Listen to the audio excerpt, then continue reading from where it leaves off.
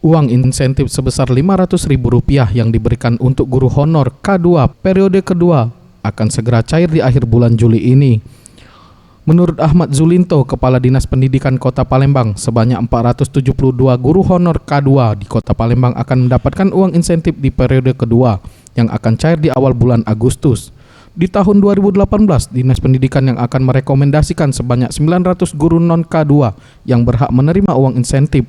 Namun, dengan mengajar minimal 12 jam selama seminggu dan mengingat anggaran pendidikan di tahun ini cukup besar mencapai 1,2 triliun, hal ini dilakukan guna meningkatkan kesejahteraan guru honor di Kota Palembang. K2 yang belum lulus itu gajinya sangat minim.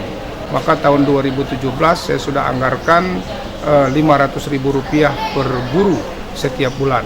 Memang periode kedua belum cair, tapi pasti akan kita cairkan. Untuk guru-guru non K2, artinya honor sekolah yang diangkat kepala sekolah, saya sudah anggarkan 2018.